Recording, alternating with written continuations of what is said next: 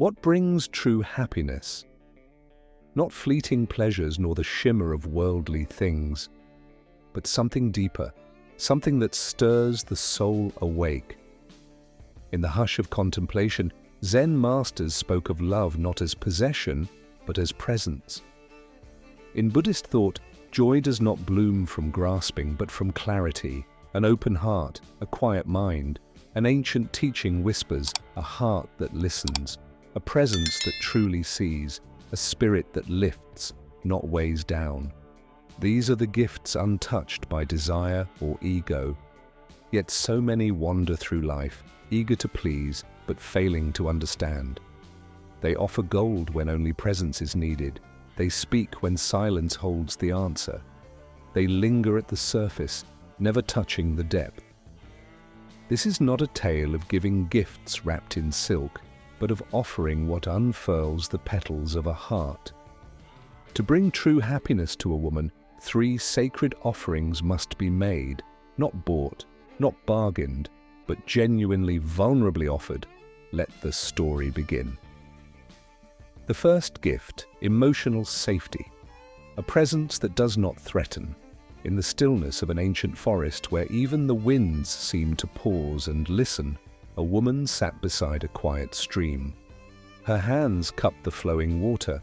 Her eyes, though open, searched not for something lost, but for a feeling never fully found. From the shade of trees a traveler appeared. His robes carried the dust of distant paths, his face the lines of time. Yet he walked with the calm of one who had no urgency, no need to impress. He sat, not too near, not too far. He did not speak, neither did she. But in the silence between them, something sacred awakened. A shared presence, a wordless understanding. And for a moment, the world grew still, as if even time wanted to listen. After a long while, the woman spoke. "Why do you not ask me anything?" He replied, "If the heart has not been given a safe place to open, words are only noise." Her lips trembled, as if they had waited a long time to hear something like that. In this simple act of not prying, of not pushing, of just being, the first gift revealed itself. The first thing that must be given is emotional safety. What is emotional safety? In Zen, it is the absence of force and the presence of space. A mind trained in the Dharma knows that a flower blooms not when it is commanded, but when the sun, soil, and water align. In many lives, women suppress storms within because the world demands their stillness. They walk on glass, speak with filters, and smile with guarded eyes.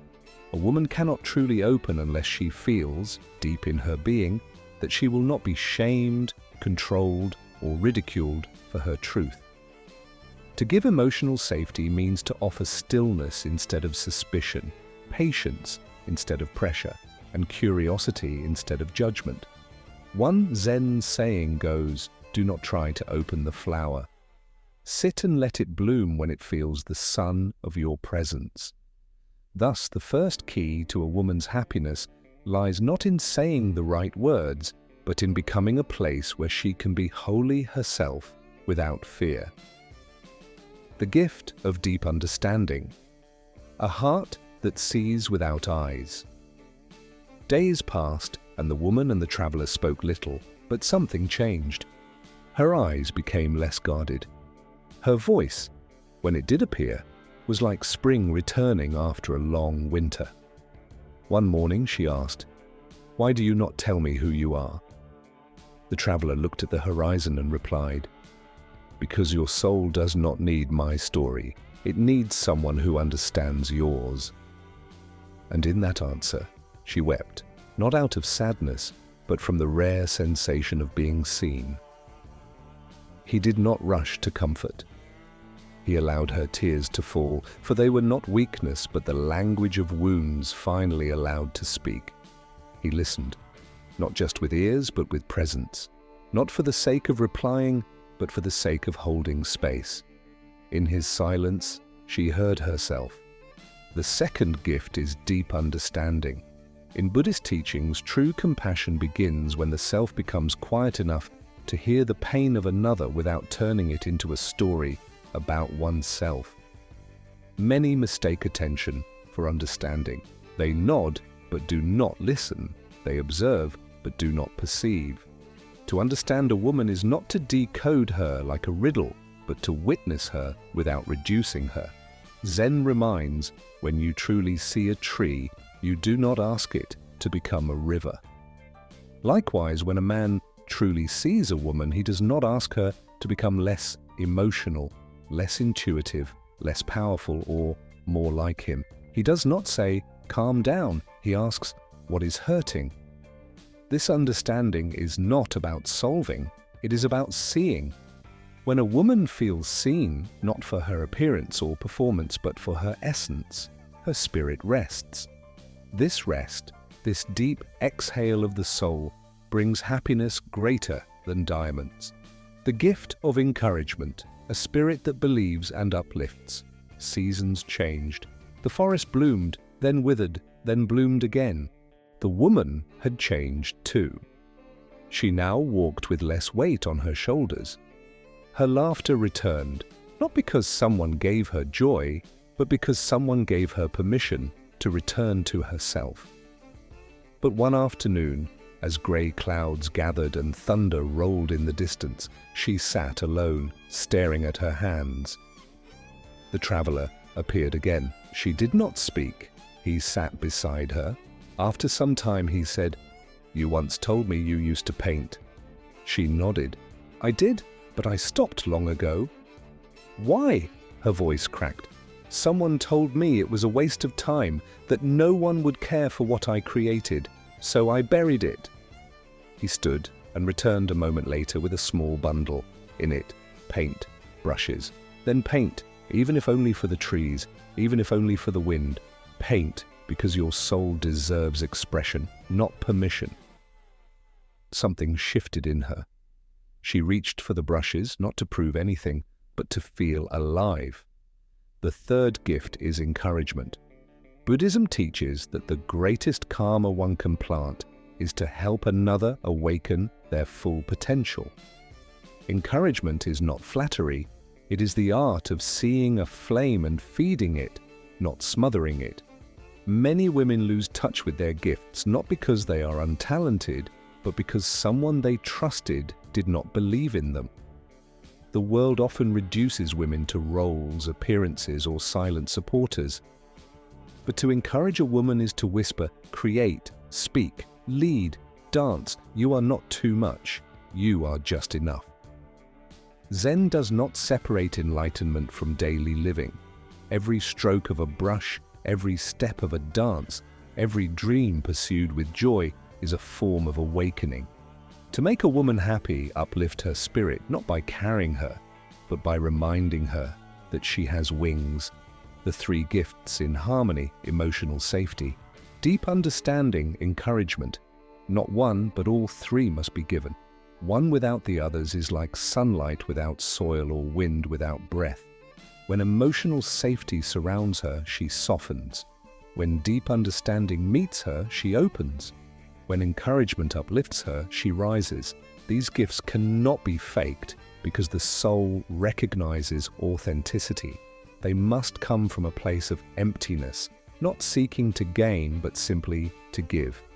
A Zen master once said, "To love is not to hold, but to hold space." To make someone happy is not to fill them, but to free them. The traveller eventually continued his path. The woman stayed, but she was no longer waiting. She painted, she laughed, and she began to teach others the same lessons. The gifts she received, she now offered. And so the cycle of true happiness continued, not in noise, not in show, but in the quiet, sacred unfolding of the heart. Emotional safety.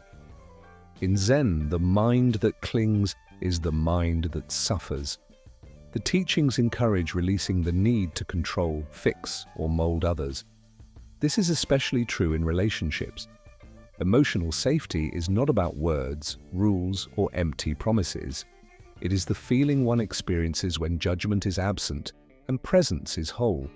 It is the invisible shelter in which another person can finally stop pretending.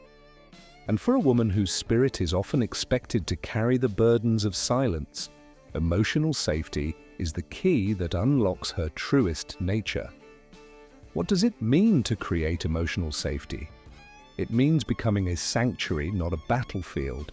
It means being a soft place to fall, not a cage to confine. It means offering stillness so that her storm can find its rhythm. When a woman feels safe, she does not shrink, she expands. Her laughter deepens, her thoughts flow freely, her body relaxes, and her soul becomes visible. Emotional safety is the sacred ground upon which love, trust, and passion grow without fear of being uprooted. The ego often demands obedience or loyalty, but the awakened heart understands that true connection cannot be coerced. Safety is not demanded, it is sensed. As Zen teaches, the mind, like the mountain, does not move. And in its stillness the birds come to sing, "Be the mountain, let her spirit come and go freely." In that freedom she will choose to stay, not out of fear, but from peace. Deep understanding. Understanding does not come from intellect alone. It comes from emptiness, from the absence of the self that constantly needs to speak, defend, or fix. Zen teaches that the greatest wisdom arises in silence, and true insight is found when one listens not just to words, but to what is beneath them. Understanding a woman does not require decoding her. It requires witnessing her. She is not a mystery to be solved. She is a story to be honored. She is not asking to be agreed with. She is asking to be felt. Many people listen only to prepare their reply, but the wise one listens with no desire except to be present. This is why silence is revered in Zen. It opens space for truth to emerge. When a woman feels understood, something magical happens. She no longer feels alone. Her heart does not have to defend itself. She no longer feels alone. Her heart does not have to defend itself. She softens, not out of weakness, but because she is finally seen in her wholeness. The Buddha once said, "The one who understands is the one who sees with the heart, not with the eye." Understanding is not passive, it is active awareness. It is presence infused with compassion. It is the willingness to sit with her shadows, not just dance in her light. The moment a woman is seen without conditions, she begins to heal from all the places where she was once invisible. Encouragement. A woman's joy does not only come from being loved, it comes from being believed in. Encouragement is the rain that awakens the seeds buried long ago by fear, shame, or neglect. Buddhism teaches that every being holds the potential for awakening. This is Buddha nature. Encouragement is the act of reminding another of what they've forgotten about themselves. To encourage a woman is to say, "I see your strength when you doubt it. I hear your voice when you silence it. I trust your path even when the world tries to close it." Many women grow in the shadows of self-doubt. Their talents go unused, their dreams buried, not because they lacked ability, but because they lacked someone who said, "Go fly." It is not too late. Encouragement is not flattery. Flattery is rooted in manipulation. Encouragement is rooted in truth. It does not inflate the ego, it empowers the soul. In the Zen tradition, masters would sometimes say just one sentence to a struggling student. One truth spoken at the right moment, and that single breath of encouragement would cause a breakthrough. When the flower forgets it is a flower, remind it by watering it with belief. To make a woman happy, uplift her, not by carrying her, but by walking beside her and pointing to the light within her. The balance of the three gifts. Giving only one of the three is not enough. Emotional safety without understanding becomes an empty shell. Understanding without encouragement becomes stagnant compassion. Encouragement without safety becomes pressure disguised as support. All three must harmonize like the strings of a well-tuned instrument. Then the music of love becomes not a performance but a meditation. Zen does not speak of love in the way the world does. It sees love as awareness, as spaciousness, as the capacity to honor another's journey without interfering. These three gifts are not only for her, but for all beings. They are the path to loving wisely, living mindfully, and walking the earth without harming. What you give, you become. Giving these three gifts does more than make a woman happy. It transforms the giver. The one who offers emotional safety becomes rooted like the Bodhi. The one who offers understanding becomes as vast as the open sky. The one who offers encouragement shines like the morning sun. These are not gifts given to earn love. They are love. They're not actions to perform. They're ways of being. And in offering them, the heart finds its wholeness.